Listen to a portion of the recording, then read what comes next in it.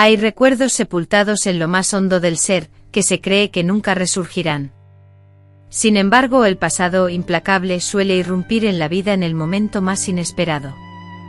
Y en mi caso, lo hizo revestido de sotana. Queridos míos, un saludo desde Puebla, México, su abuelita Esperanza, con 78 años a cuestas y una vida llena de experiencias. Les hablo desde mi pequeño rincón en esta ciudad, que ha crecido tanto pero que aún atesora pedazos de mi historia en cada esquina. Hoy, les confieso algo que guardé celosamente en mi corazón durante más de 50 años. Una historia que alteró el curso de mi existencia de una manera inimaginable. Algunos dicen que el día de la boda es el más feliz en la vida de una mujer, y así debió ser. Ay, mis amores, cómo debió ser. Pero la vida a veces tiene sus propias reglas, y lo que se supone que es un cuento de hadas puede transformarse en una pesadilla en un abrir y cerrar de ojos. Si la historia que estoy a punto de compartir les llega al corazón, les agradecería mucho que le dieran un me gusta a este vídeo y se suscribieran al canal. De esta manera, más personas podrán conocer estas historias de vida auténticas y conmovernos juntos. Estoy muy emocionada por leer sus comentarios y conectar con cada uno de ustedes. Para comenzar, quiero contarles que nací en 1946 en San Miguel de Allende, un pintoresco pueblito situado en el corazón del estado de Guanajuato. En aquel entonces, en San Miguel, todos nos conocíamos, los chismes volaban de boca en boca a la velocidad del rayo, y la palabra del padre, llena de sabiduría, era más importante que cualquier documento legal. Mis padres, don Ernesto, el dueño de una pequeña pero respetada tienda de abarrotes, y doña Concepción, quien se dedicaba a la costura y era famosa por preparar los tamales más deliciosos de toda la región, formaban una familia humilde, pero llena de felicidad. Mi infancia transcurrió corriendo por los patios de tierra, subiendo a los árboles de mango, y jugando alegremente a la víbora de la mar con las niñas del vecindario. Aunque la vida era difícil, tenía una dulzura, un sabor especial, que hoy en día es difícil de encontrar. En aquel entonces, todos nos ayudábamos mutuamente, las puertas de las casas permanecían abiertas día y noche, y dormíamos sin temor a nada, excepto al coco, ese monstruo imaginario que las mamás inventaban para mantenernos a salvo en casa durante la noche. Fue durante las festividades patrias de 1967 cuando conocí a Jacinto. Yo tenía 21 años, y él 25. Trabajaba como mecánico en el único taller que había en el pueblo. Sus manos siempre estaban manchadas de grasa, pero su sonrisa era la más hermosa que había visto en mi vida. Recuerdo el momento como si fuera ayer, estaba bailando el jarabe tapatío con mi primo cuando, al dar un giro, me tropecé con mi propio vestido. Estaba a punto de caer de bruces al suelo, pero dos manos fuertes me sujetaron a tiempo. Cuidado, Erita. A San Miguel no le gusta ver muchachas bonitas lastimándose en su fiesta, me dijo con esa sonrisa que hizo que mi corazón diera un vuelco. A partir de ese día, Jacinto no se separó de mí, todos los días pasaba por la tienda de mi padre a comprar cualquier cosa, solo para verme. A pesar de no ser fumador, Jacinto me regalaba un paquete de cigarros, y aunque tampoco necesitaba cerillos, me daba una caja. Además, compartía un trozo de piloncillo con los niños de la calle.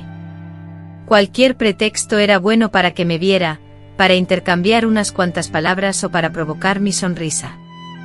Mi padre, que podía ser tan fiero como un león cuando se lo proponía, no tardó en darse cuenta de las intenciones románticas de Jacinto. Sin embargo, como Jacinto era un joven trabajador, respetuoso y de buena familia, don Ernesto no dudó en dar su aprobación al noviazgo, con la condición de que todo se hiciera correctamente, con respeto y siguiendo las buenas costumbres. Y así fue, Jacinto me trataba con delicadeza. Los domingos después de misa, me llevaba a pasear al jardín, siempre acompañado por mi madre o mi hermano como chaperones.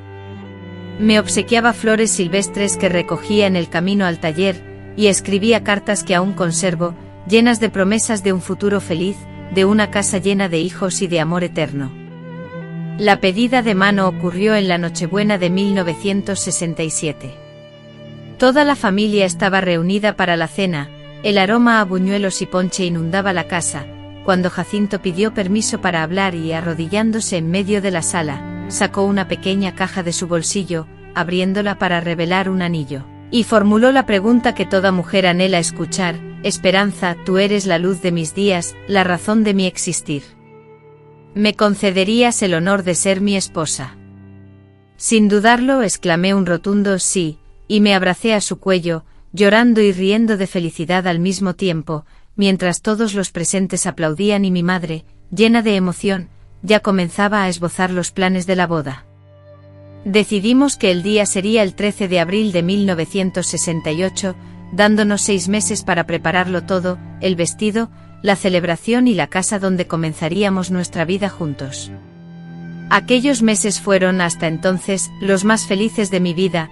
Cada día que pasaba era un paso más hacia el día en que me convertiría en la señora Esperanza Santos. Incluso sonaba bien: el vestido de novia fue confeccionado por doña Marieta, la modista más talentosa del pueblo, con satén blanco, un velo largo y un encaje delicado que había traído especialmente para mí desde la capital. Decidí pagar cada centavo de la boda con el dinero que gané vendiendo cocadas en el tianguis, pues deseaba que fuera algo completamente mío, conseguido con mi propio esfuerzo. Quería empezar esta nueva etapa de mi vida con el pie derecho. La iglesia seleccionada fue la parroquia de San Miguel, la única en el pueblo.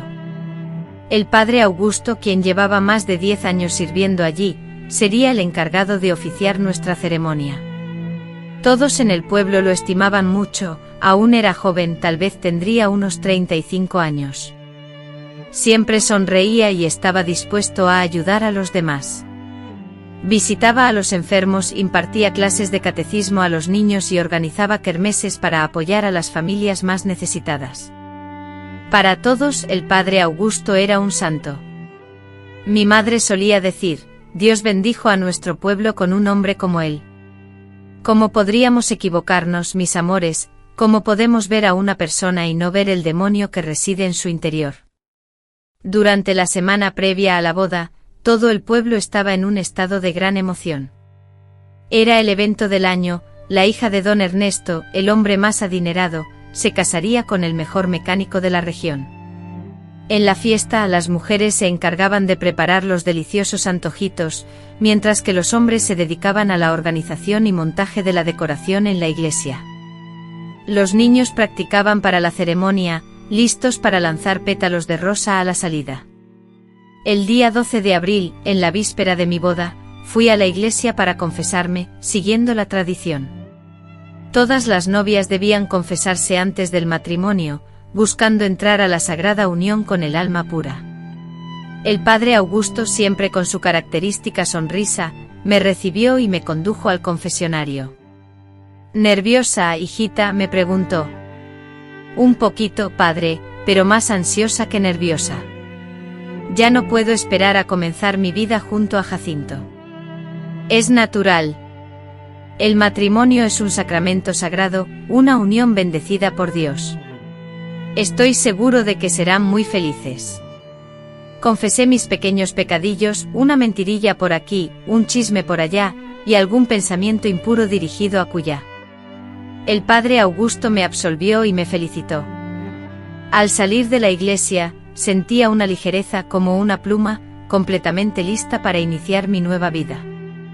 Si hubiera tenido conocimiento de lo que el destino me deparaba al día siguiente, el 13 de abril de 1968, un día que amaneció con un cielo esplendoroso, un sol radiante que iluminaba un azul impoluto, sin una sola nube, y el canto alegre de los pájaros parecía una serenata en mi honor.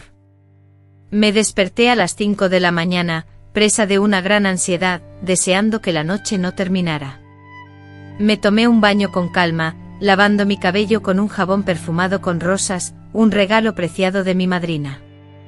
A las 7 en punto, mis queridas amigas llegaron para ayudarme a prepararme para la ceremonia.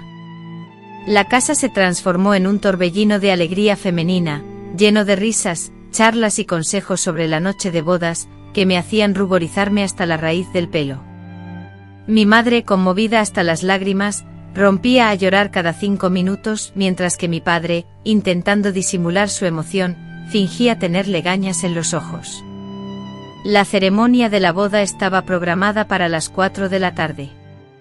Al mediodía, nos sumergimos en los preparativos finales.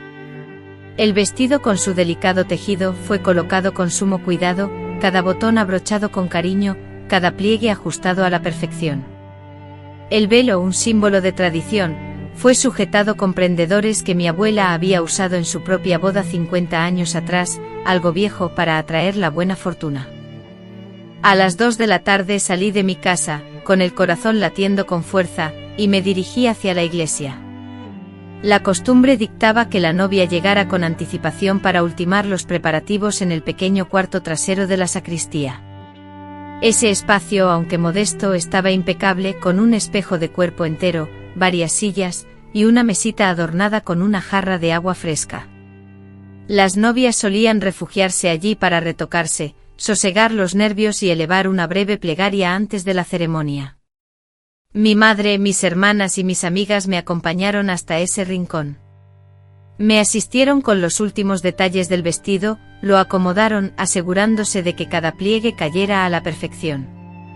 El velo, una cascada de tul blanco, se deslizaba suavemente por mi espalda. El ramo, un conjunto de flores silvestres, completaba el conjunto. Me sentía como una princesa, a punto de reunirme con mi amado. A las 3:30, ellas se marcharon, cada una a tomar su lugar en la iglesia.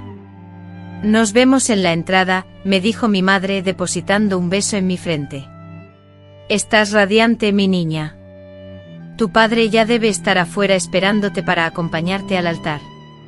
Sola en el pequeño cuarto me contemplaba en el espejo, incapaz de asimilar que en tan solo 30 minutos me convertiría en esposa. En ese instante escuché un suave golpe en la puerta. Adelante, respondí asumiendo que sería alguna de las damas que me acompañaban, que había olvidado algo, pero me equivoqué. Era el padre Augusto. Buenas tardes, Esperanza. Vengo a asegurarme de que todo esté en orden y que no necesites nada antes de la ceremonia. Todo está perfecto, padre. Gracias por su preocupación, contesté. Él entró cerrando la puerta tras de sí. Me pareció inusual, pero no dije nada. Al fin y al cabo, era el padre, un hombre de Dios. ¿Qué mal podía haber? Estás preciosa, me dijo acercándose a mí. Jacinto es un hombre afortunado. Gracias, padre, le respondí. Se dirigió a la mesita y tomó la jarra de agua. Debe estar nerviosa, le apetece un vaso de agua, le ayudará a calmarse. Mi boca efectivamente se sentía seca por la ansiedad. Sí, padre, se lo agradezco mucho. Me sirvió un vaso, y me lo ofreció. El agua tenía un sabor extraño, ligeramente amargo, pero atribuí la sensación a los nervios. Me la bebí de un trago. Ya está, dijo retirándome el vaso vacío de la mano con una sonrisa tranquilizadora. Ahora solo relájese, todo saldrá bien. Transcurrieron pocos minutos. De pronto una extraña sensación de mareo me invadió, mis piernas flaquearon, y mi visión se nubló. Intenté aferrarme a la silla, pero mis fuerzas me abandonaban.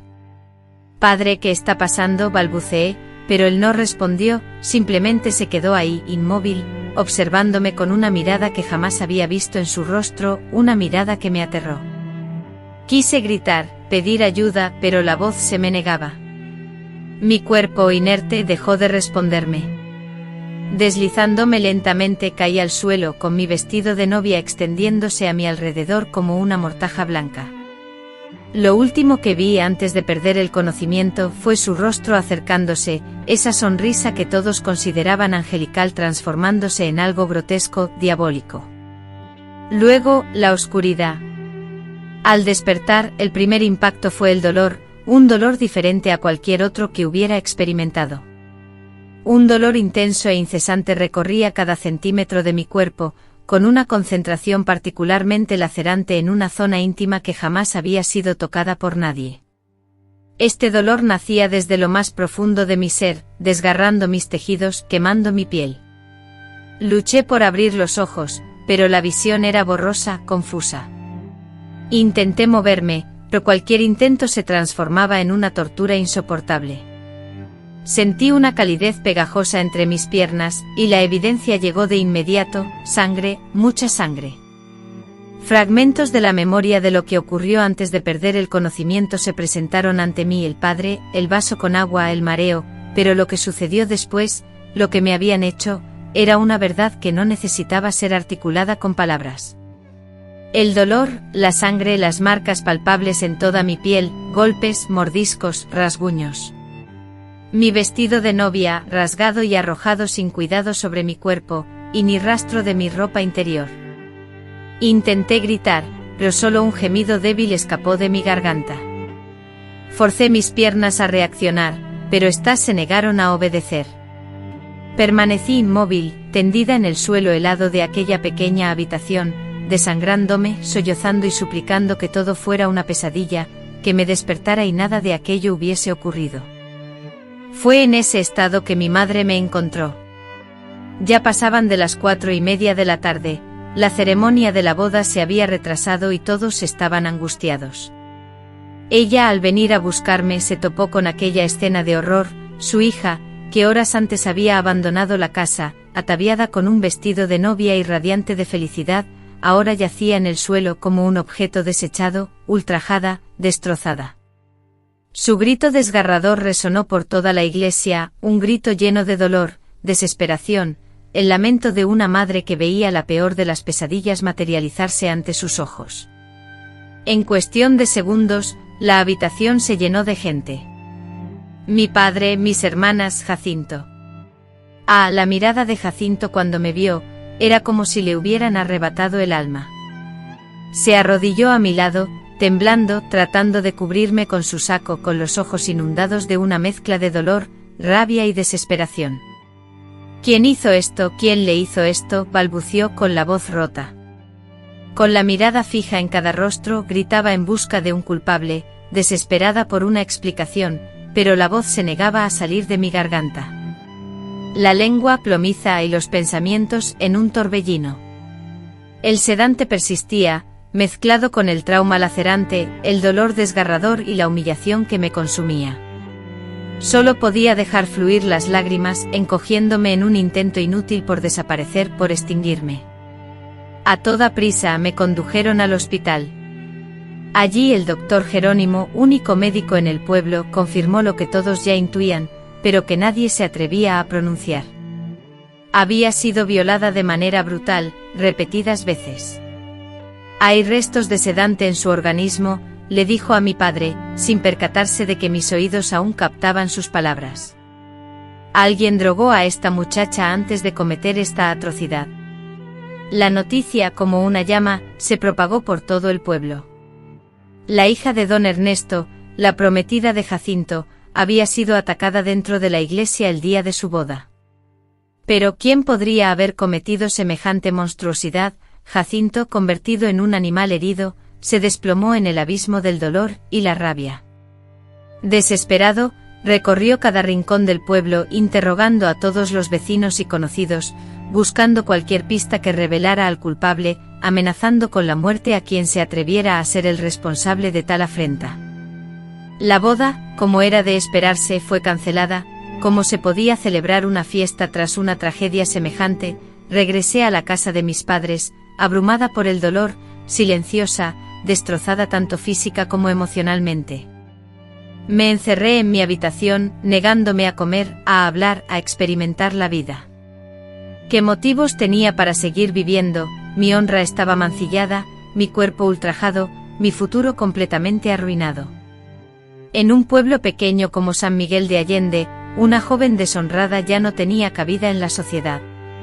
Pero lo más terrible de todo era la amnesia. Por más que me esforzaba, no lograba recordar el rostro de mi agresor. Solo podía evocar la imagen del padre dándome agua, el desmayo y posteriormente el dolor punzante, la sangre y el horror indescriptible.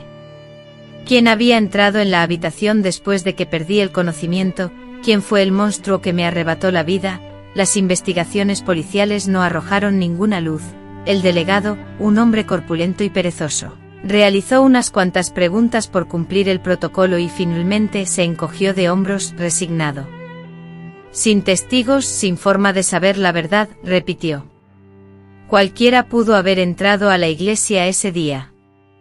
Cualquier persona, como si fuera común que alguien se adentrara en el templo, encontrara a la novia inconsciente y decidiera abusar de ella, como si fuera un acontecimiento cotidiano. El pueblo se dividió, algunos me compadecían, otros susurraban a mis espaldas, preguntándose si yo misma no lo había provocado. Una muchacha decente no se queda sola con un hombre en un cuarto cerrado, se oía murmurar, como si yo hubiera elegido ser drogada y violentada el día de mi boda. Jacinto permanecía a mi lado, inquebrantable, asegurando que aún quería casarse conmigo, que nada había cambiado, pero en sus ojos leía la certeza de que todo estaba irreparablemente diferente. ¿Cómo podría él tocarme sin recordar que otro hombre ya lo había hecho antes, y de la manera más brutal, como reconstruir una vida sobre los restos de mi felicidad? Fue mi abuela, doña Josefa, quien sembró la primera semilla de la verdad, la que empezó a cuestionar lo que todos daban por sentado. Una tarde, mientras yo me peinaba, mi abuela me habló en voz baja, casi un susurro: criatura, ¿te acuerdas quién te dio el agua? Sin comprender por qué la pregunta, respondí de inmediato: el padre Augusto. Ella continuó indagando: ¿y después de que te tomaste el agua, qué sucedió? Recordé vívidamente y le conté, me mareé y luego me desmayé. Mi abuela guardó silencio, concentrada en seguir peinándome. Tras unos instantes y con una voz aún más tenue, casi imperceptible, murmuró: ¿y si nadie más entró en esa habitación? ¿Y si quien hizo eso ya estaba allí? Y sentí un escalofrío helarme la sangre. No, eso no podía ser posible. El padre Augusto era un hombre de Dios, un hombre santo, como todo el mundo decía. Él de ninguna manera sería capaz, o tal vez sí. Las palabras de mi abuela resonaron en mi mente martillando día y noche: ¿y si quien hizo eso ya estaba ahí? Pero ¿cómo atreverse a acusar a un padre? ¿Cómo siquiera concebir esa posibilidad? En aquel entonces, mis queridos, un padre era una figura de mayor respeto que un médico, un delegado o incluso el mismísimo presidente municipal. La palabra de un padre tenía más valor que cualquier juramento en un tribunal. Durante semanas, permanecí recluida en mi habitación, consumiendo apenas lo indispensable para subsistir. Me aseaba en una palangana, pues la idea de desvestirme y ducharme bajo la regadera me resultaba insoportable. Cada vez que cerraba los ojos me esforzaba por recordar, por evocar los detalles. Intentaba ver a través de la nebulosa provocada por los sedantes, pero era inútil, como tratar de atrapar el humo con las manos. Cuanto más me empeñaba, más se desvanecían los recuerdos. Jacinto, mi prometido, me visitaba a diario. Se sentaba en el corredor con mi padre, tomaban café y preguntaban por mi estado. A veces yo espiaba desde la rendija de la ventana y lo veía allí, cabizbajo, sufriendo tanto como yo. Mi padre intentaba convencerlo de seguir adelante, de buscar a otra mujer, de rehacer su vida, pero él negaba con la cabeza, obstinado. Esperanza es mi novia, don Ernesto, le decía, no importa lo que haya pasado, ella sigue siendo la mujer de mi vida. 3 meses después de aquel día fatídico, me desperté súbitamente en la oscuridad de la noche, asaltada por un recuerdo vívido, el inconfundible aroma a incienso, entremezclado con el olor a sudor, la misma fragancia que impregnaba mis sentidos cada vez que, en mi niñez, me acercaba a confesar mis pecados en el estrecho y oscuro confesionario. Era el mismo olor que flotaba en el cuartito antes de que perdiera el conocimiento. Me levanté de la cama, temblando incontrolablemente, con el corazón latiendo a 1000 por hora. ¿Será posible, Dios mío? ¿Será que mi abuela tenía razón? ¿Será que el mismísimo padre? Fue, llenándome de coraje al día siguiente, busqué a Jacinto. Lo cité para conversar en el patio, lejos de miradas y oídos indiscretos. Al compartir mis sospechas, vi cómo su rostro se transformaba. Inicialmente incredulidad, luego comprensión, y finalmente una rabia tan intensa que pensé que iba a estallar. Ese hijo de la chingada, masculló entre dientes. Ese desgraciado con sotana. Lo voy a matar, Esperanza. Le voy a arrancar el alma del cuerpo. No, Jacinto, no puedes hacer eso. Primero, no tenemos pruebas concretas. Si te encierran en prisión, ¿qué será de mí sin ti?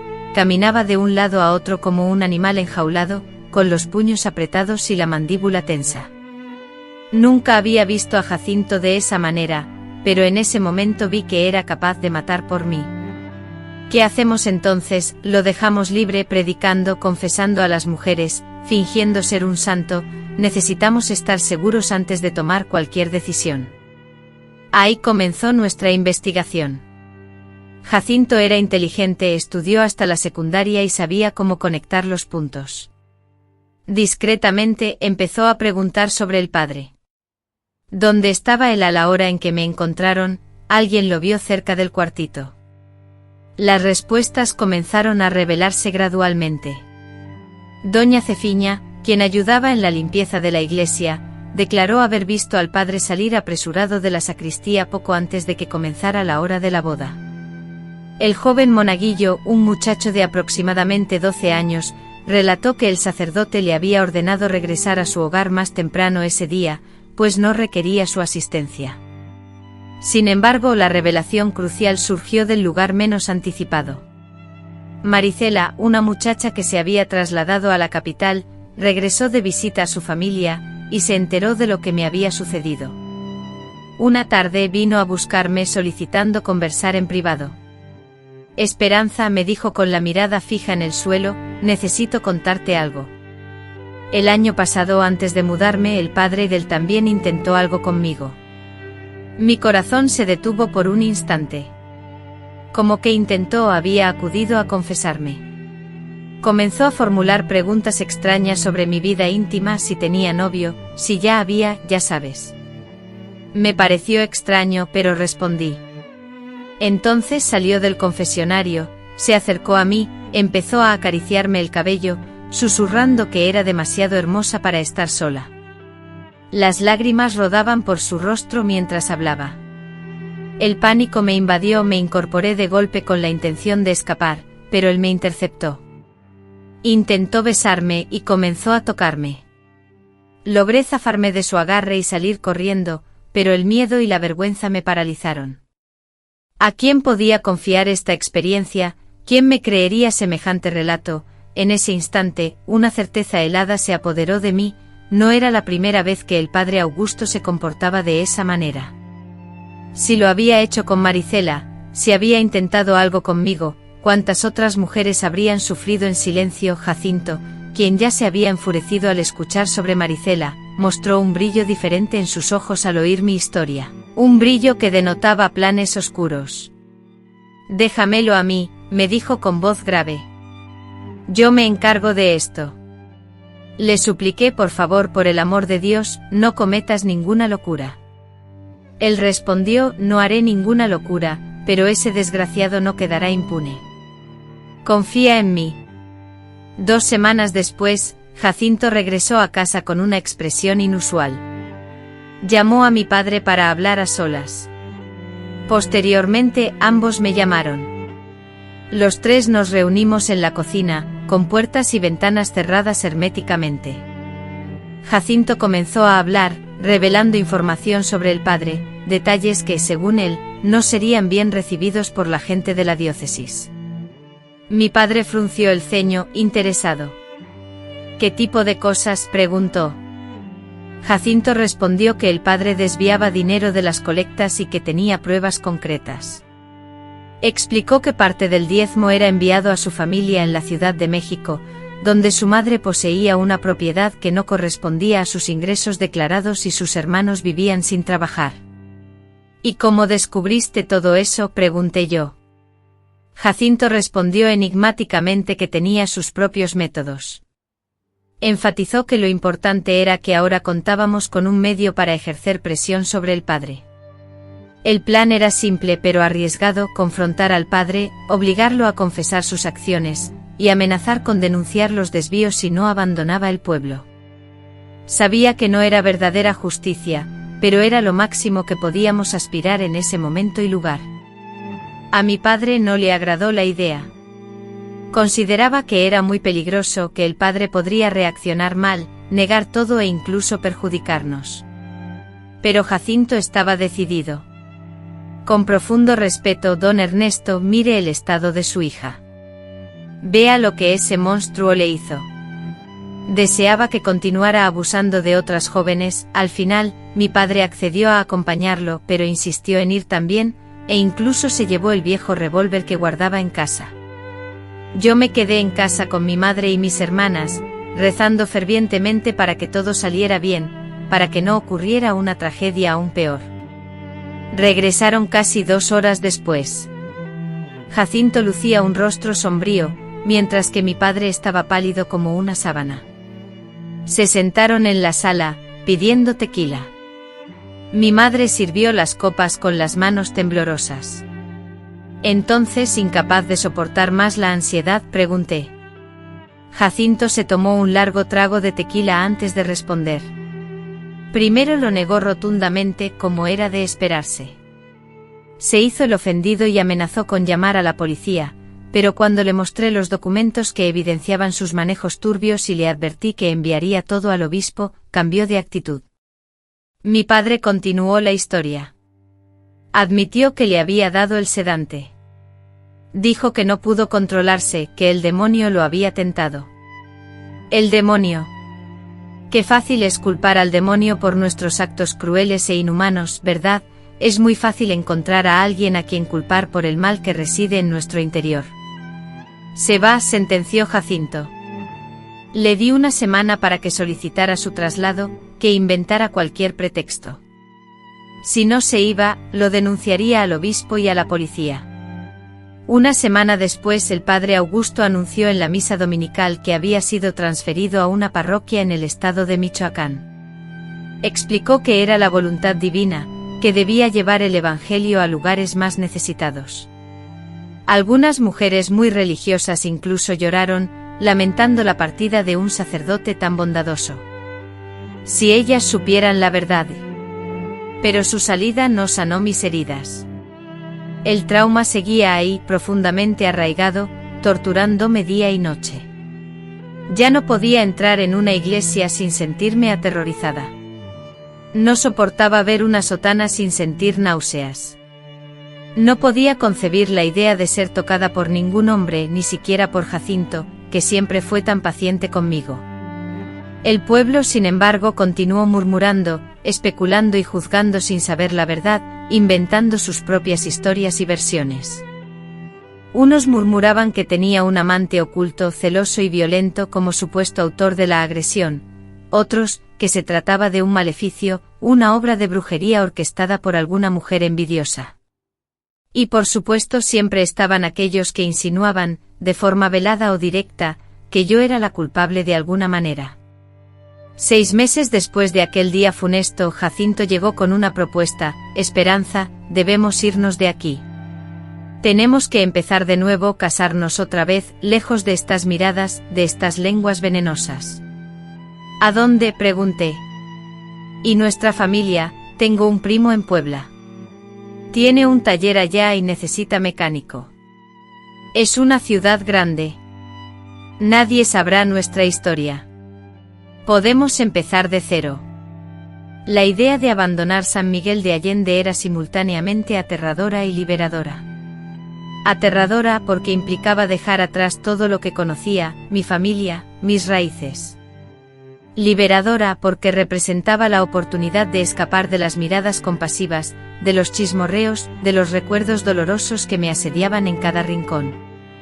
Al principio mis padres se opusieron con firmeza, pero al constatar mi sufrimiento constante, al ver que mi salud empeoraba y que aquel pueblo se había transformado en una prisión para mí, finalmente cedieron.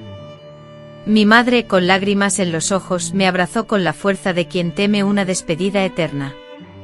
Vete, hijita, me susurró, ve a buscar la felicidad lejos de aquí. Olvida esta pesadilla y construye una nueva vida.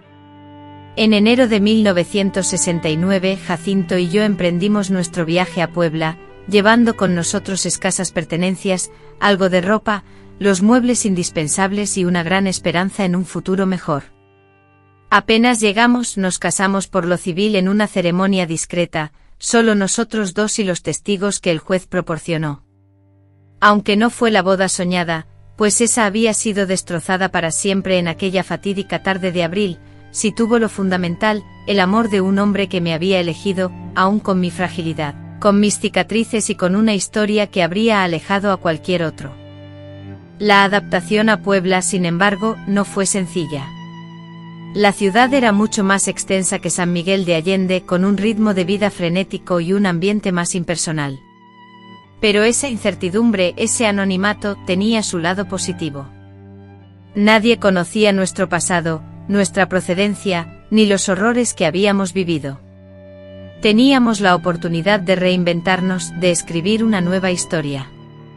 Jacinto comenzó a trabajar en el taller de su primo, un hombre amable y trabajador. Yo por mi parte conseguí empleo en una tienda de telas ubicada en el centro de la ciudad. Con el dinero que ganábamos alquilamos una pequeña casa, humilde pero limpia y decorosa.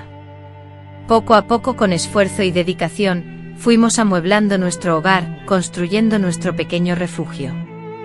En las noches, cuando la oscuridad traía consigo las pesadillas, cuando el pasado intentaba atormentarme, cuando los recuerdos dolorosos se hacían presentes, Jacinto me abrazaba con fuerza, me tranquilizaba, y me repetía una y otra vez que estaba a salvo, que nadie jamás volvería a hacerme daño. «Eres la mujer más valiente que conozco», me decía con ternura. «Sobreviviste a lo peor, y sigues aquí de pie. Eso es valor, eso es esperanza, eso es fuerza». Con el tiempo, lenta y gradualmente, comencé a sanar. No completamente, pues algunas heridas del alma nunca se curan del todo, pero sí lo suficiente para volver a sonreír, para volver a soñar, para volver a vivir plenamente. Hice amigas en el trabajo, mujeres que me brindaron su amistad y apoyo incondicional. Y juntos, Jacinto y yo, aprendimos a cocinar, a disfrutar de la cotidianidad, a compartir momentos de alegría. Exploramos hermosos rincones en nuestra nueva ciudad. Un año después de la mudanza, descubrí que estaba embarazada. Al recibir la confirmación del médico, rompí a llorar como una niña, no por tristeza, sino por el miedo que me invadía. Me preguntaba cómo podría cuidar a un bebé si aún luchaba por cuidarme a mí misma. ¿Cómo iba a proteger a mi hijo de las adversidades del mundo si ni siquiera había logrado protegerme a mí? Jacinto, como siempre, me tranquilizó: «Serás una madre excepcional, y nuestro hijo crecerá rodeado de amor, protección y felicidad. El pasado no determinará nuestro futuro, esperanza». Tenía razón. Cuando tuve a mi primer hijo en mis brazos, un niño saludable con los ojos de su padre, sentí que finalmente estaba pasando la página. El pasado aún estaría presente, siempre lo estaría, pero ya no necesitaba dictar mi vida. Tuvimos 2 hijos más después. 2 hermosas niñas que ahora me han dado nietos maravillosos. Crié a todos mis hijos con amor, cuidado y la firme convicción de que nunca experimentarían el sufrimiento que yo viví. Años atrás, mientras mis hijas ya eran adultas, recibí una carta inesperada desde San Miguel de Allende. La remitente era Maricela, una mujer que en su momento me había confiado detalles sobre el padre Augusto. En su carta, Maricela me informaba sobre el fallecimiento del padre Augusto. Un infarto fulminante lo había sorprendido durante una misa en Michoacán, cayendo de bruces sobre el altar ante la mirada atónita de los feligreses. Según me contaba, en los últimos años el padre había abusado del alcohol y, atormentado, se le veía hablar solo y pedir perdón a supuestos fantasmas. Supuse que la culpa finalmente lo había consumido. Después de leer la carta, la arrugué y la arrojé a la basura, sin sentir ni alegría ni tristeza, solo un profundo vacío, como si un capítulo doloroso hubiera llegado a su fin. No sé si fue justicia divina, una simple coincidencia o ambas cosas, pero lo único que sentí fue la certeza de que el monstruo que me había atormentado en aquella fatídica tarde de abril había sido destruido por sus propios demonios. Ahora, a mis 78 años, miro atrás y veo una vida que renació de las cenizas. Aunque el camino fue arduo, lleno de dolor y cicatrices emocionales, logré construir mi vida a base de esfuerzo y coraje, gracias al amor incondicional de un hombre, Jacinto, que vio mi verdadero ser a pesar de mis traumas. Hace 5 años, el destino me arrebató a Jacinto, víctima de un cáncer implacable que le consumió en pocos meses. Antes de partir, tomó mi mano y me expresó su gratitud: gracias por elegirme, Esperanza, por darme la oportunidad de amarte. Y yo le agradezco mi eterno amor, por haberse quedado a mi lado, por luchar junto a mí, y por demostrarme que no todos los hombres son monstruos y que el amor verdadero puede sanar las heridas más profundas. El silencio que durante tanto tiempo me atormentó, hoy se llena con las risas de mis nietos, con historias de superación personal y con la certeza de que sobreviví y vencí. Mi padre pensó que me había destruido aquella tarde, pero no sabía que estaba forjando a una guerrera. La vida en Puebla continuó su curso, mis hijos crecieron sanos y Jacinto florecía en su taller, y parecía que por fin habíamos dejado atrás el pasado. Pero ya saben cómo es esto, ¿verdad? El pasado, a veces, tiene la molesta costumbre de volver, y lo hace cuando menos lo esperas. Fue en 1978, casi 10 años después de aquel día fatídico, cuando las pistas comenzaron a encajar de una manera que jamás habría podido prever. Mi hijo mayor, Ernesto, a quien nombré así en memoria de mi padre, tenía 8 años y debía hacer su primera comunión. Yo sentía pánico solo con pensar en entrar a una iglesia, ya se imaginarán, pero por mis hijos era capaz de afrontar cualquier cosa. La catequista era la hermana Benedicta, una monja mayor que había sido trasladada de la capital.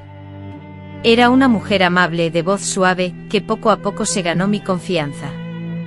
Una tarde, después de recoger a Ernesto del catecismo, me pidió que habláramos. «Señora Esperanza, usted es de San Miguel de Allende, ¿verdad?», me preguntó.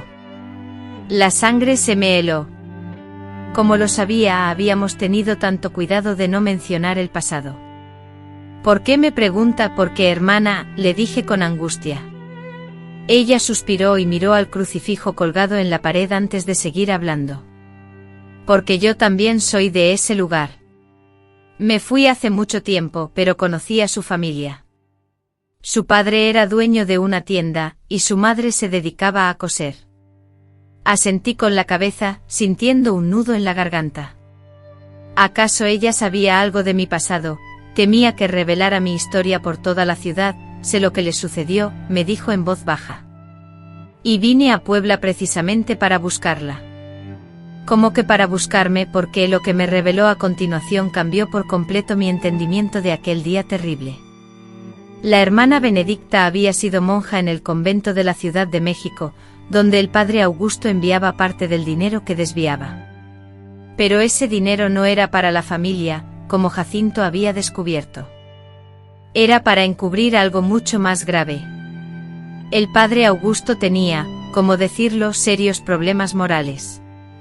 La diócesis estaba al tanto, pero prefería trasladarlo de una parroquia a otra en lugar de enfrentar el escándalo. Cada vez que surgía un problema, lo enviaban a otro lugar. Mi mente no dejaba de dar vueltas. ¿Cuántas veces, cuántas mujeres? No solo eran mujeres adultas, aclaró, mientras notaba el brillo húmedo de las lágrimas en sus ojos. También hubo adolescentes, muchachas aún en la flor de la vida, e incluso niñas pequeñas. Usted no fue la primera en padecer esta atrocidad, ni lamentablemente la última. Sentí una ira profunda, una furia que recorría cada centímetro de mi ser, haciéndome temblar incontrolablemente. Cuántas vidas había arruinado ese ser despreciable, y la Iglesia, ellos sabían, eran conscientes de todo, y no hicieron absolutamente nada. ¿Por qué me está contando todo esto ahora? Porque necesito su colaboración. Existe un colectivo de mujeres, todas víctimas del mismo hombre, que se está formando. Anhelamos obtener justicia, aunque ésta llegue tarde. Exigimos que la Iglesia admita su culpabilidad, que pague por su silencio cómplice. La idea de revivir todos esos recuerdos, de hacer público mi secreto más doloroso, me aterrorizaba. Pero al pensar en la cantidad de mujeres que habían sufrido lo mismo, y en cuántas más podrían sufrir si permanecíamos en silencio. «Necesito tiempo para reflexionar», respondí. «Debo hablar con mi esposo. Ya sé que, como siempre, me brindará su apoyo incondicional. Si es eso lo que usted desea, si cree que esto contribuirá a sanar, yo estaré a su lado siempre. Después de un mes de incertidumbre e insomnio, profundas reflexiones y súplicas por fortaleza, finalmente tomé una decisión crucial motivada por el bienestar de mis hijas. ¿Cómo podría justificar mi silencio si un día ellas enfrentaran una situación similar? ¿Cómo permitir que depredadores continuaran impunes gracias a la inacción de mujeres como yo? Movida por esta reflexión, busqué nuevamente a la hermana Benedicta y acepté el camino que debía seguir. Las reuniones clandestinas que se sucedieron revelaron una realidad repugnante. Éramos 12 mujeres, provenientes de diversas ciudades y con edades variadas, pero unidas por historias horriblemente similares. El padre Augusto, con un meticuloso modus operandi, ganaba la confianza de sus víctimas, seleccionando a las más vulnerables y recurriendo a sedantes cuando era necesario. María de los Remedios de León había sufrido un ataque a los 15 años durante una confesión, mientras que Concepción de Querétaro fue drogada en una sesión de consejo espiritual. Cada testimonio era un golpe al corazón, una confirmación de que la maldad había vestido sotana durante años, amparada en el silencio y la complicidad. Necesitamos evidencia palpable, demandó la hermana Benedicta durante una reunión. Necesitamos documentos que demuestren que la diócesis estaba al tanto de lo sucedido y lo ocultó. En ese momento un recuerdo emergió en mi mente. Durante la investigación de Jacinto, él había mencionado el hallazgo de unos documentos extraños, unas cartas. En aquel entonces nuestra atención se centró en la malversación de fondos, pero podría haber algo más. Regresé a casa decidida a examinar nuestros archivos. Jacinto era meticuloso y guardaba todo con gran orden. En el fondo de una caja de zapatos, descubrí 3 cartas escritas por el padre Augusto al obispo, donde confesaba sus transgresiones y solicitaba un traslado. Las fechas de las cartas coincidían con los testimonios de algunas de las víctimas. «Esto es crucial», exclamó la hermana Benedicta al ver las cartas. Eran una prueba irrefutable de que el padre confesaba sus crímenes y que la diócesis, en lugar de denunciarlo, simplemente lo transfería. Decidimos buscar asesoramiento legal y contactamos al licenciado Reinaldo, un abogado joven y lleno de ideales que acababa de establecer su despacho en Puebla. Al relatar nuestros testimonios, pude percibir la furia en su rostro. Esto representa un delito continuado con la agravante de abuso de autoridad religiosa, y la diócesis es cómplice por no actuar. Vamos a presentar una demanda colectiva.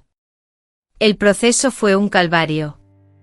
Inicialmente debimos persuadir a las demás mujeres para que se expusieran, para que revelaran sus heridas públicamente. Algunas accedieron, otras se retractaron por temor. Finalmente éramos 7 mujeres valientes dispuestas a enfrentarnos a la Iglesia. Cuando la noticia se filtró a los medios, se desató un escándalo. Los principales periódicos de la capital publicaron la historia en primera plana. La diócesis intentó encubrirlo, amenazando con una demanda por difamación, pero las pruebas eran contundentes, los relatos muy detallados. Mi familia padeció las consecuencias. Mis hijos fueron objeto de hostigamiento en la escuela, les gritaban que eran hijos de la mujer que quería destruir la iglesia. Jacinto perdió clientes en su taller. Hubo personas que se negaron a hacer negocios con el marido de la mujer escandalosa. Pero resistimos con firmeza, unidos.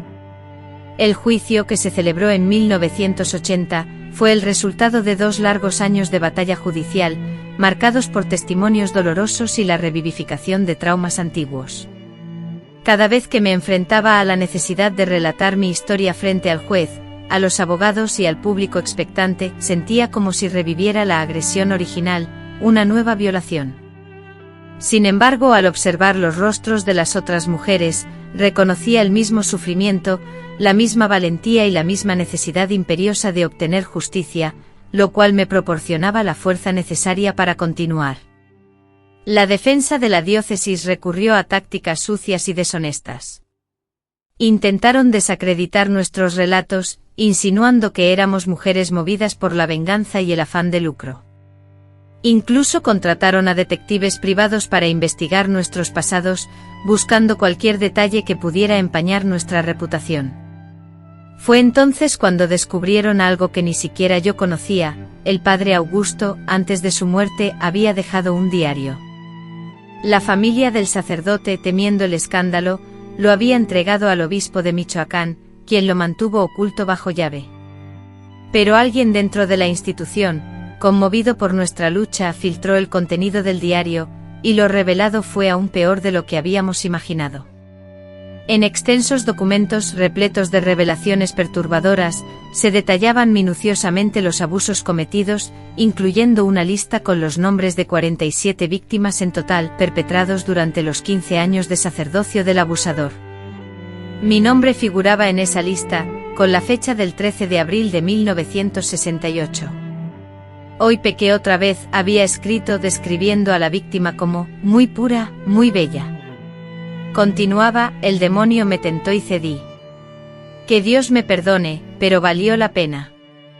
Valió la pena, como si la destrucción de mi vida hubiera sido un placer fugaz que justificaba sus actos. Con este diario, la defensa de la diócesis se derrumbó. Ya no se podía negar ni fingir ignorancia ante pruebas tan contundentes. En septiembre de 1980, el juez nos dio la razón. La diócesis fue obligada a indemnizar a cada víctima y a establecer un fondo de apoyo para mujeres abusadas por religiosos. No se trataba solo de dinero, aunque lo necesitábamos desesperadamente. Era por obtener reconocimiento, por romper el silencio que protegía a los depredadores, por proclamar con claridad que aquello había sucedido, que estaba mal y que alguien debía rendir cuentas. A pesar de la victoria legal, el sabor fue amargo, pues el padre Augusto, el principal responsable, ya había fallecido, impidiendo que enfrentara las consecuencias penales de sus crímenes. Otros sacerdotes que participaron en el encubrimiento solo fueron trasladados a otras parroquias, sin mayores sanciones. La estructura que facilitó los abusos permaneció intacta, pero tras nuestro caso algo cambió: otras mujeres encontraron el coraje para denunciar. Creamos una red de apoyo, un grupo que aún hoy existe, dedicado a ayudar a las víctimas de abuso religioso en su búsqueda de justicia y sanación. Mi vida cambió por completo, perdiendo la privacidad y convirtiéndome en la mujer que demandó a la Iglesia, pero gané algo más valioso: la certeza de que mi silencio ya no sería cómplice de más crímenes. La hermana Benedicta, quien fue un gran apoyo para nosotras, fue expulsada de la congregación, acusada de traición y de dañar el nombre de la Iglesia. Ella aceptó su expulsión con serenidad, declarando que prefería servir a Dios fuera de los muros del convento que ser cómplice de lo que ocurría dentro.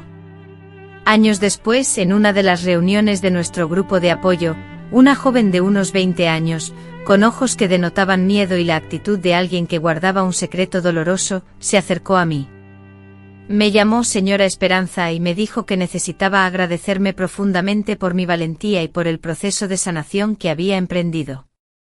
Me explicó que su madre, al sospechar algo, no la había dejado sola con el padre de su parroquia, protegiéndola. Con lágrimas en los ojos, me confesó que yo le había salvado la vida. Ese día lloré desconsoladamente como una niña, pero sentí que todo el dolor, la exposición y la lucha que había enfrentado habían valido la pena por ese instante, por saber que al menos una joven había sido liberada del horror que yo misma había experimentado.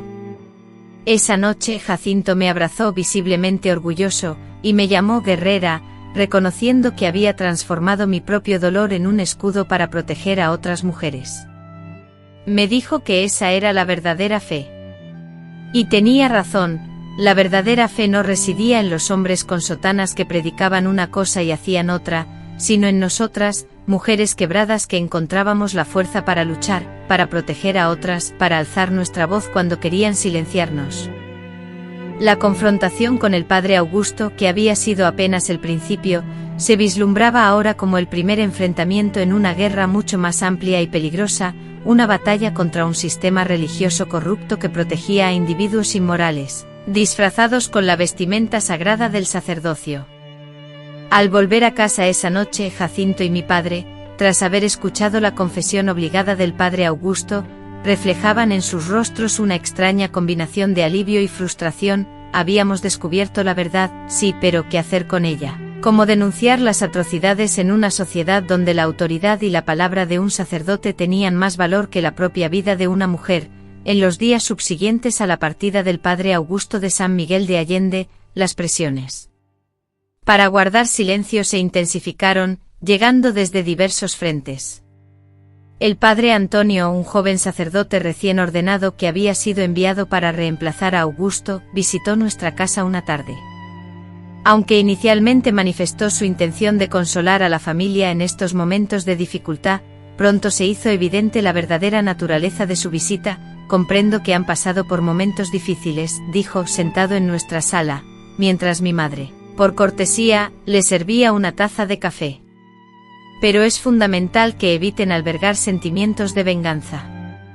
La compasión de Dios es ilimitada y debemos extender el perdón incluso a quienes nos han perjudicado.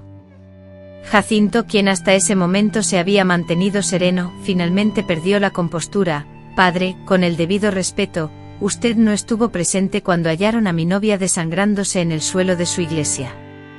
No fue testigo de su estado, no compartió las noches de angustia, no presenció su sufrimiento. Hijo mío, interrumpió el padre, comprendo su dolor, pero difundir rumores sobre un hombre de Dios podría ser más perjudicial para ustedes de lo que imaginan. La comunidad necesita paz, necesita unión. Sería preferible para todos que este asunto quedara en el olvido. Rumores, exclamé. Llamó rumores a mi violación, como si mi dolor, mi trauma, mi vida destrozada fueran simples chismes de un pueblo pequeño. En ese instante comprendí que no nos enfrentábamos solo a individuos, sino a toda una institución decidida a sacrificar a sus víctimas para resguardar su reputación. Mi padre, un hombre siempre devoto y honorable, se mantuvo firme en su postura. Padre Antonio, mi hija fue víctima de una violación dentro de los muros sagrados de la iglesia, perpetrada por alguien que debería haberla protegido. Si cree que cederemos al silencio para evitar molestias, se equivoca.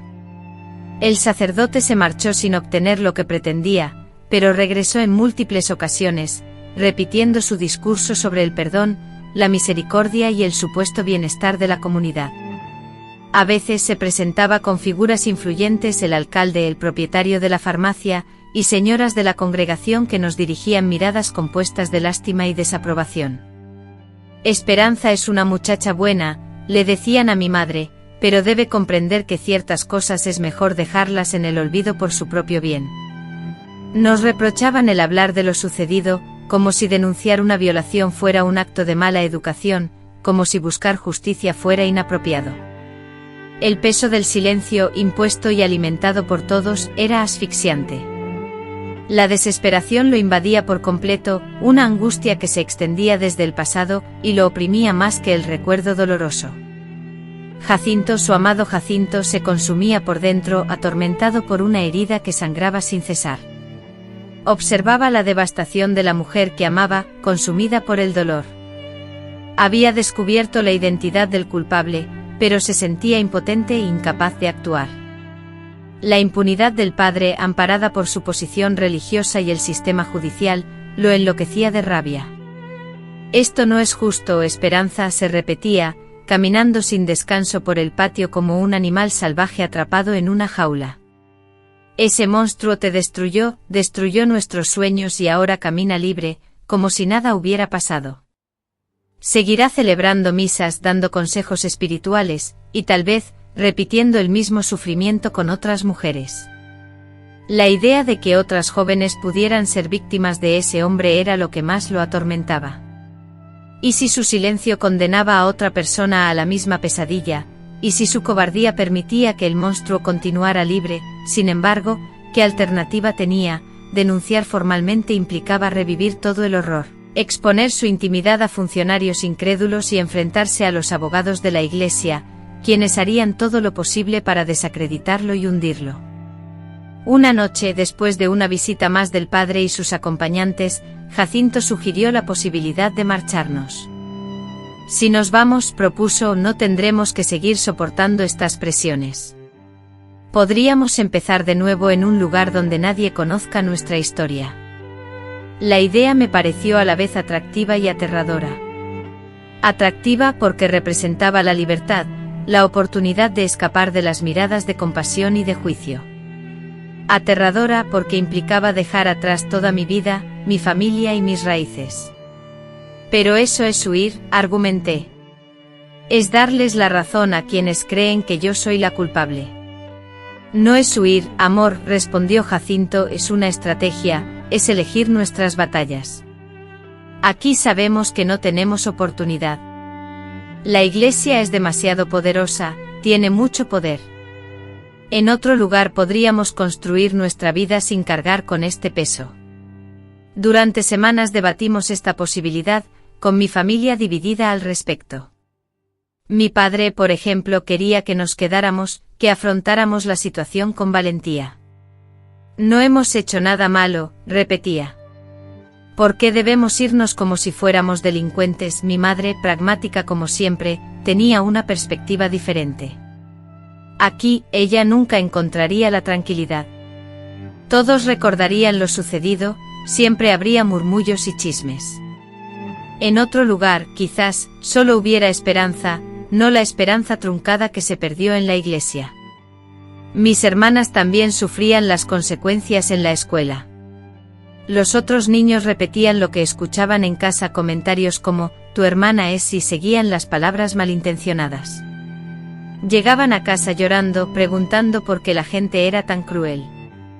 La presión social aumentaba día a día. El pueblo se dividía entre los que nos apoyaban en secreto y los que preferían creer que todo era una exageración o una invención. Las mujeres más devotas eran las peores. Rumoreaban que yo había provocado al pobre padre, que estaba inventando historias para llamar la atención. Una muchacha decente no se queda a solas con un hombre en un lugar cerrado. Murmuraban en el mercado. Si algo pasó, ella debió dar motivo.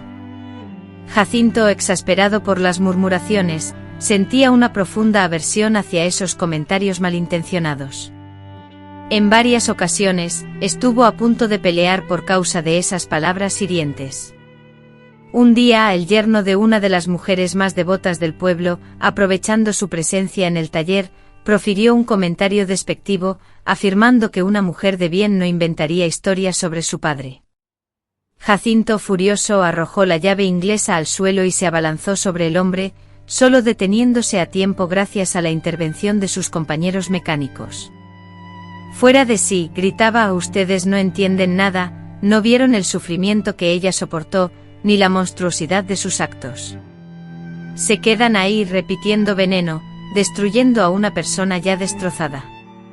El incidente se extendió rápidamente por el pueblo y la gente comenzó a comentar, el novio de Esperanza se está volviendo loco. Jacinto, afectado por esta situación, sentía que esta historia lo estaba perjudicando, como si él fuera culpable de no aceptar la injusticia en silencio. Para colmo, el colmo fue cuando el padre Antonio, durante la misa dominical, dedicó un sermón a la calumnia y la difamación. Aunque no mencionó nombres, la comunidad entera supo a quién se refería. Desde el púlpito, el predicador denunció la presencia, entre los fieles, de individuos que, según él, se dedicaban a difundir falsedades sobre hombres de fe, prefiriendo el odio a la reconciliación y la venganza al perdón. Mi madre, presente en la misa, se puso de pie y abandonó la iglesia en medio del sermón, seguida por otros pocos, aunque suficientes para generar un notable murmullo. Al llegar a casa, temblaba de furia. Te está llamando mentirosa delante de todos, me dijo. Esto no puede seguir así. En ese momento tomamos la decisión definitiva. No valía la pena permanecer, no valía la pena luchar contra un sistema empeñado en doblegarnos.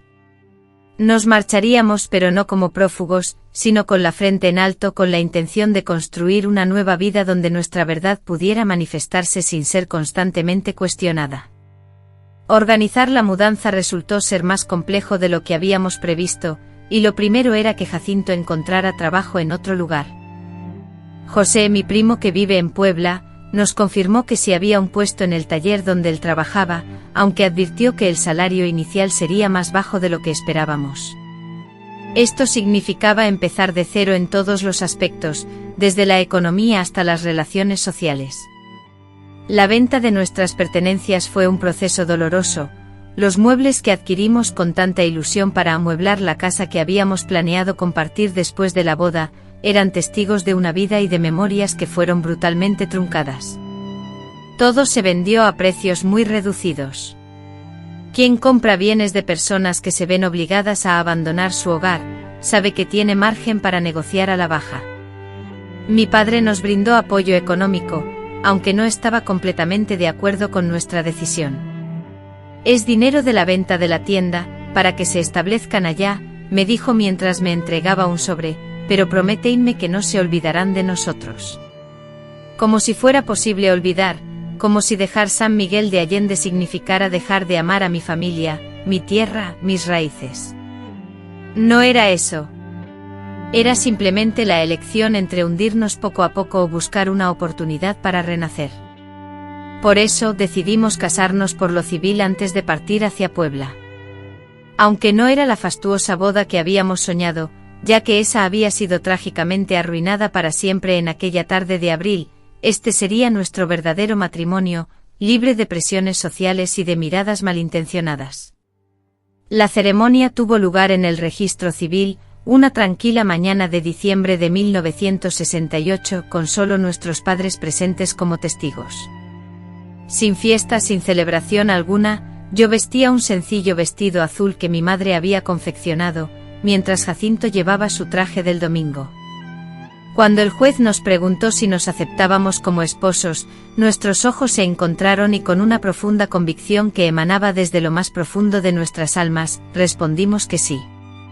No era el final feliz de cuento de hadas que había anhelado, sino el auténtico inicio de una vida que construiríamos con nuestras propias manos, apartados de los reflectores, de los juicios y de todo lo que conocíamos hasta entonces. Al salir del registro civil, Jacinto tomó mi mano y me dijo: ahora somos nosotros contra el mundo. Y vamos a ganar. Anhelaba creerlo, necesitaba desesperadamente creerlo.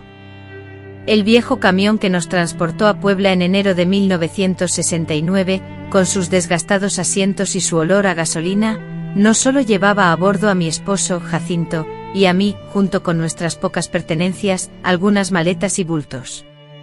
En su interior, aquel vehículo humilde transportaba también una carga emocional pesada, nuestras esperanzas, frágiles como cristales, los miedos, sombras que se aferraban a nosotros, los sueños rotos, pedazos de un futuro que se había desmoronado, y sobre todo, la firme determinación de rehacer nuestras vidas, reconstruir un hogar, levantar de nuevo lo que el destino había deshecho. Durante las 6 largas horas de viaje, permanecí pegada a la ventana, absorta en la transformación del paisaje mexicano, observando cómo los pequeños pueblos, con sus casas de adobe y sus plazas silenciosas, iban dando paso a una metrópoli que para mí resultaba inmensa e intimidante. Puebla, con su bullicio constante y su ritmo frenético, era lo opuesto a la tranquilidad y la familiaridad de San Miguel de Allende. Era grande, activa, impersonal. Sus calles, atestadas de gente, coches y puestos de comercio, vibraban con una energía ajena a nosotros. Nadie se detenía a mirarnos, nadie susurraba al pasar. Por primera vez en meses, pude caminar por las calles sin sentir el peso de las miradas ajenas sobre mi espalda. Al llegar, José, el primo de Jacinto, un hombre de unos 10 años mayor que mi esposo, nos recibió con una calidez sincera y genuina. Había construido un próspero taller en el barrio de San José y, con una sonrisa amable, nos mostró la pequeña casa que había rentado para nosotros, diciéndonos con voz firme: aquí van a poder empezar de nuevo. Es crucial que nadie sepa el origen de estas personas ni las razones de su llegada. Lo verdaderamente relevante es su futuro, lo que construirán a partir de ahora. La casa era modesta pero presentable: 2 habitaciones, una sala de estar, una cocina y un baño, las paredes encaladas de blanco, el piso de cemento y un patio trasero donde cultivé hierbas aromáticas y flores. Aunque no era la vivienda ideal con la que habíamos soñado, era nuestra, despojada de malos recuerdos, libre de las sombras del pasado. Los primeros meses fueron los más arduos. Jacinto se esforzaba sin descanso en el taller, aprendiendo los trucos del oficio de su primo y ganándose la lealtad de los clientes. Yo por mi parte obtuve empleo en una tienda de telas en el centro de la ciudad, vendiendo metros de algodón y conversando con amas de casa sobre costura y bordados. Sentía una gran liberación al poder interactuar con personas que ignoraban mi historia. Para ellas, yo era simplemente Esperanza, la joven recién llegada de provincia que había venido a trabajar a la ciudad. Les contaba que estaba casada, que mi marido era mecánico y que estábamos comenzando una nueva vida juntos. En aquellos momentos de noches oscuras, atormentada aún por pesadillas y recuerdos dolorosos que me acechaban sin previo aviso, Jacinto me ofrecía su consuelo. Me abrazaba fuertemente calmando mis miedos, y me recordaba pacientemente nuestra situación actual, explicándome la razón de nuestra presencia en ese lugar. Aquel pasado sombrío quedaba atrás. Susurrándome suavemente al oído, me repetía: aquí construiremos nuestro futuro. En este lugar, nadie nos juzgará ni podrá hacernos daño. Paulatinamente comenzamos a integrarnos en la nueva comunidad. Conocimos a nuestros vecinos, forjamos amistades en el trabajo y descubrimos los mejores establecimientos para realizar nuestras compras. Puebla, con la calidez característica de las grandes ciudades que acogen todo tipo de historias sin cuestionamientos, nos recibió con los brazos abiertos. En noviembre de 1969, casi 2 años después de aquel día aciago, descubrí que estaba embarazada. La noticia me tomó por sorpresa, no porque no lo deseáramos, sino porque había llegado a dudar de la capacidad de mi cuerpo para gestar una nueva vida, después de haber experimentado tanta violencia y sufrimiento. Al relatarle la noticia a Jacinto, observé cómo sus ojos se inundaban de lágrimas, no de aflicción, sino de una alegría desbordante e incontrolable. Todo saldrá bien, me aseguró abrazándome con delicadeza, como si fuera una figura frágil de cristal. Nuestro hijo crecerá libre, feliz, sin tener que soportar el lastre de nuestras experiencias. El embarazo, en retrospectiva, fue una amalgama de bendición y desafío. Una bendición porque me brindó un nuevo horizonte, una razón para enfocarme en el futuro en lugar de revivir el pasado. Sin embargo, también fue una prueba, ya que la ansiedad me corroía por dentro. Me atormentaba la idea de no ser una buena madre, de que mis propios traumas pudieran afectar a mi hijo, y el temor a que el mundo exterior fuera tan cruel con él como lo había sido conmigo.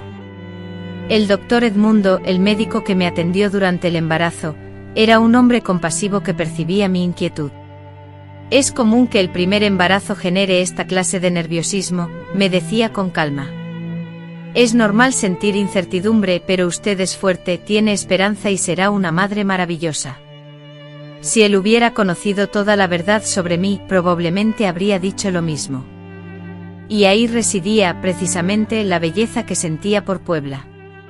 Apenas era una mujer embarazada, no una víctima marcada por cicatrices, y Ernesto nació una madrugada de julio de 1970, tras un parto largo pero sin complicaciones. Cuando el médico colocó ese pequeño cuerpecito en mis brazos, sentí algo que no experimentaba desde hacía 2 años, alegría pura, sin mezclas, sin sombras. Era un niño hermoso y sano, con los ojos de su padre y un llanto fuerte que resonaba por toda la maternidad. Al mirarlo comprendí que la vida me ofrecía una segunda oportunidad, no para olvidar el pasado, eso nunca sería posible, sino para construir algo hermoso sobre los escombros.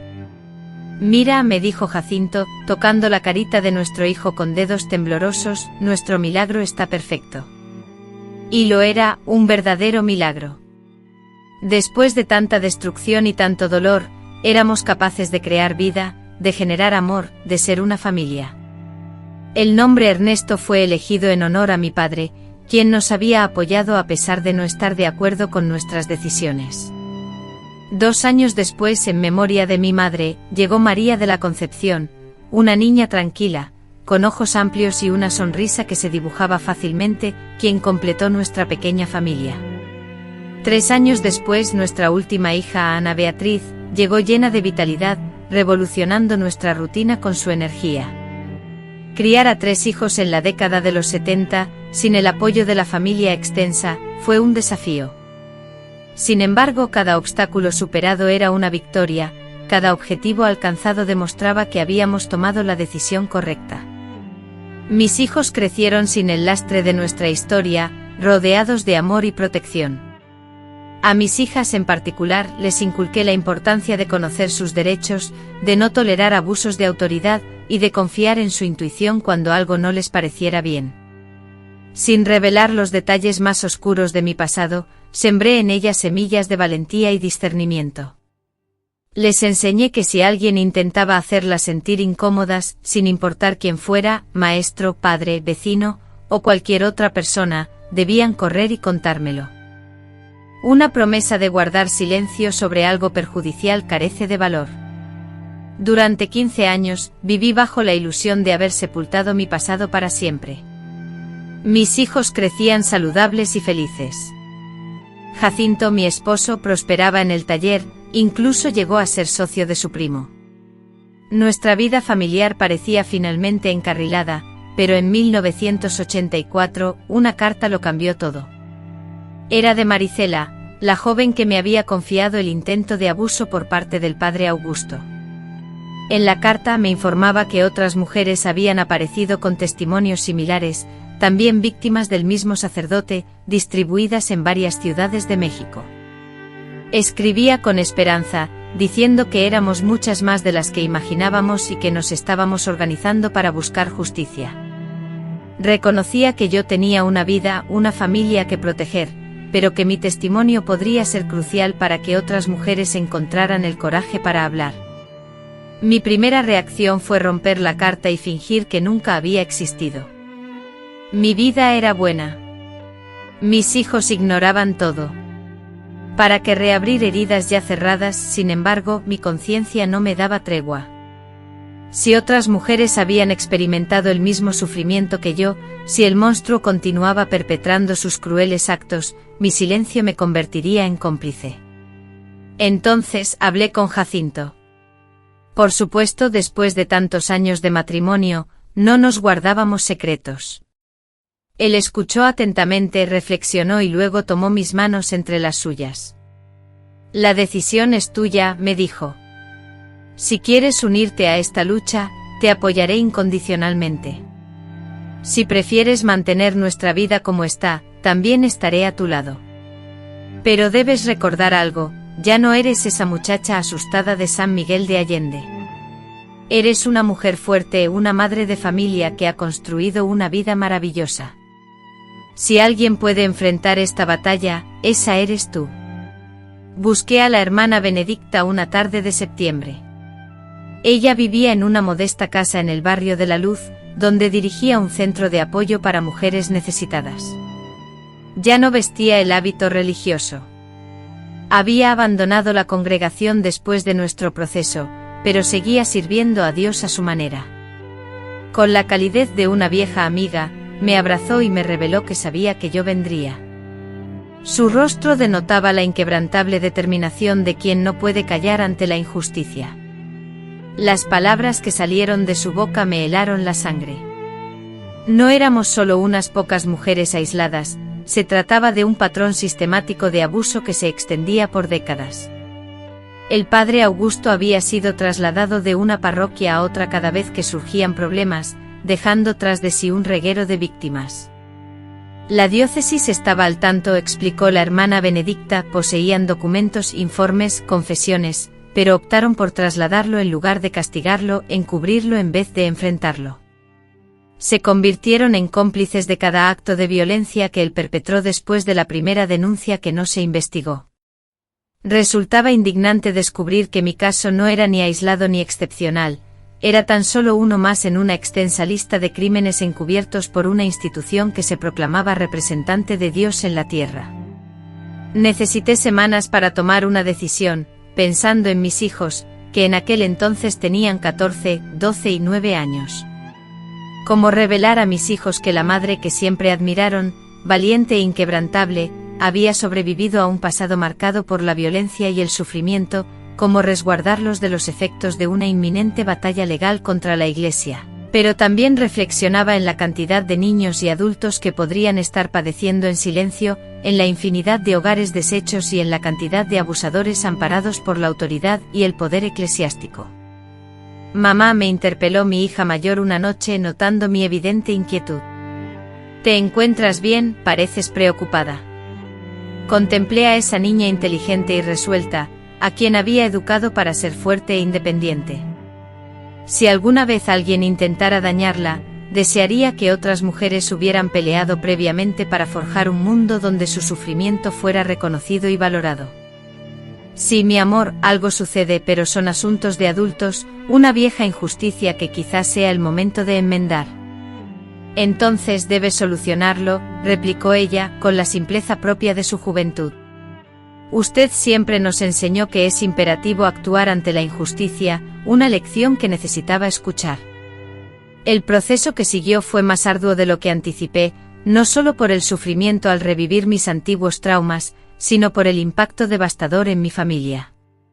Cuando la noticia se filtró a la prensa, los periodistas revelaron nuestra identidad, nuestra dirección, nuestra historia. Mis hijos regresaron de la escuela con preguntas dolorosas, incapaces de articular su desconcierto.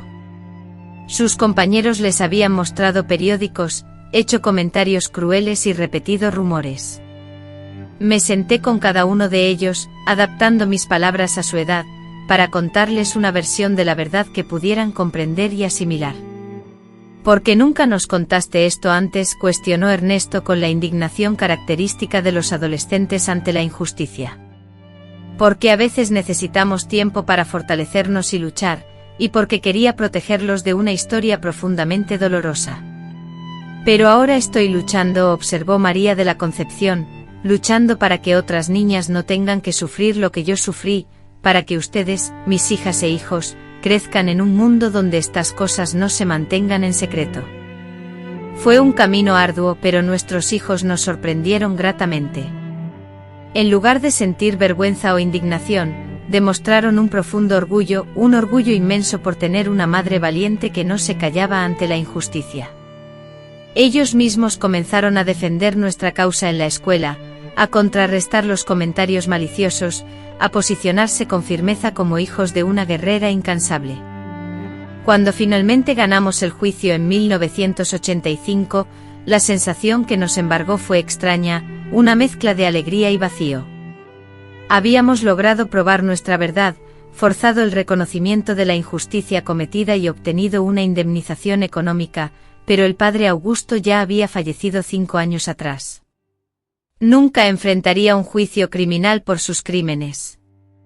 Nunca podría mirar a sus víctimas a los ojos y admitir el daño que causó. La victoria al final fue importante, pero no tanto por lo que logramos concretamente, sino más bien por todo lo que simbolizó. Tras las denuncias de otras mujeres, la Iglesia se vio obligada a establecer procedimientos formales para gestionar las acusaciones de abuso.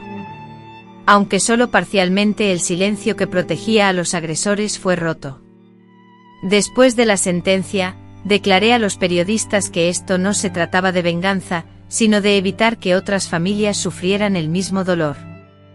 Se trataba de decir con firmeza que estas cosas ocurren, son inaceptables y los responsables deben ser castigados. Mis hijos crecieron y se convirtieron en personas extraordinarias. Ernesto, siguiendo los pasos de su padre como mecánico, estudió ingeniería y ahora dirige su propio taller. María de la Concepción se convirtió en abogada, especializándose en la defensa de mujeres víctimas de violencia.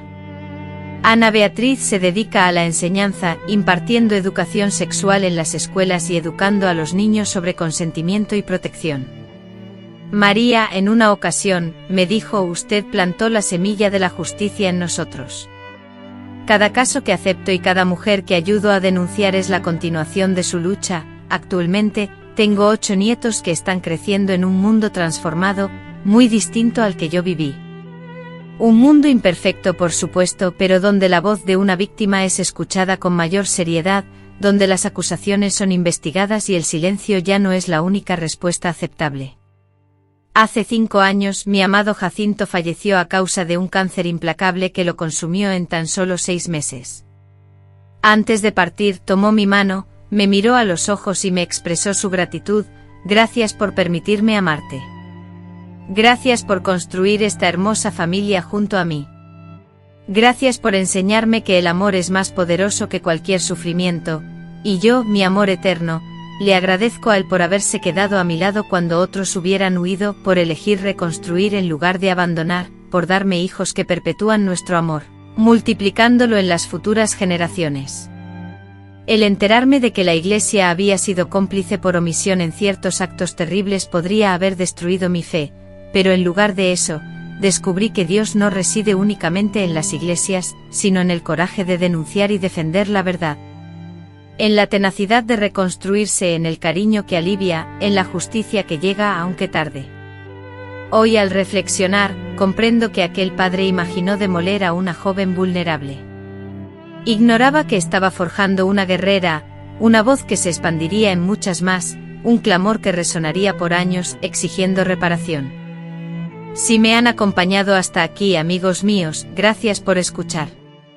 No fue sencillo compartir esta vivencia, ni siquiera tras el tiempo transcurrido, pero he aprendido que el silencio favorece la injusticia y ya no quiero ser partícipe de ninguna maldad. Si han experimentado algo similar, sepan que no están solos. La responsabilidad nunca recae en la víctima. El trauma puede transformar su vida, pero no es necesario que la destruya. Es posible rehacerse, amar nuevamente, alcanzar la felicidad incluso con cicatrices. Si conocen a alguien que ha pasado por esto, sean pacientes. La curación no tiene un plazo definido. Algunos tardan meses, otros años, algunos toda una vida. Lo crucial es persistir, no ceder ante la adversidad ni permitir que la oscuridad prevalezca. Si tienen una posición de influencia, ya sean padres, madres, docentes, líderes religiosos o cualquier figura que ejerza autoridad, recuerden que el poder conlleva una gran responsabilidad. Utilícenlo para proteger a los demás, no para oprimirlos, para liberarlos, no para someterlos, para curar, no para lastimar. Aunque el mundo aún enfrenta mucha maldad, sufrimiento e injusticia, también alberga personas como Jacinto, la hermana Benedicta, mis hijos y cada una de las valientes mujeres que me acompañaron en esta lucha. Existe amor, esperanza y la posibilidad de un cambio genuino. Yo superé el peor día de mi vida y, a pesar de las ruinas, construí décadas de momentos felices. Si yo pude hacerlo, ustedes también pueden. No se rindan. El mundo necesita su luz, su fortaleza y sus experiencias. Y recuerden siempre, son más fuertes de lo que creen, más valientes de lo que imaginan y más amados de lo que sospechan. Sus vidas tienen valor, sus voces tienen poder y su mera existencia marca una diferencia significativa. En una tarde de abril, ese padre, creyendo que estaba doblegando a una joven novia, no se imaginó que en realidad estaba forjando a una guerrera.